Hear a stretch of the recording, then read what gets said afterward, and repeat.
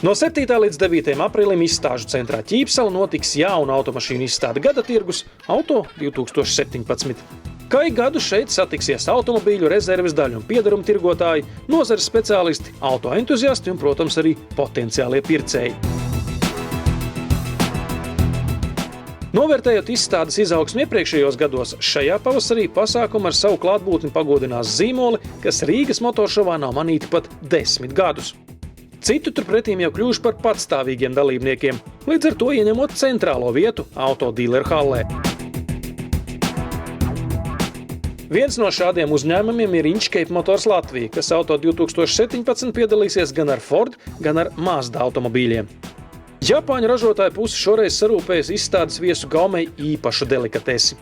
Jaunāko Mazda MX-5 Roadstera modifikāciju ar cieto salokāmo jumtu.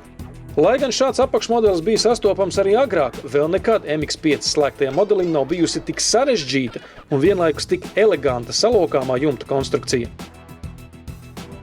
Atvērtā veidā Roadsters pārvēršas par tā saukto targa tipa automobīli, proti tādu, kam vaļai ir tikai jumta vidējā daļa. Aizmugure, kas atveras tikai tāpēc, lai noslēptu savāžamo jumta daļu, turpina uzturēt aerodinamiku, komfortu kabīnē un, protams, satriecošu izskatu.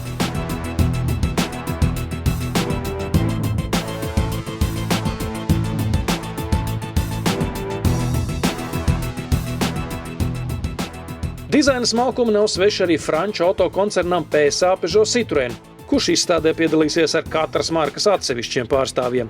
Citroën galvenais trumpis šopavasar ir jaunais mazās klases modelis C3.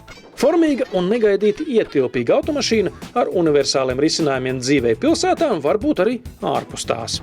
Par nelielu piemaksu C3 var pasūtīt divkrāsu virsbūvi un pat tik neparastu ekstru kā iebūvētu video reģistrātoru.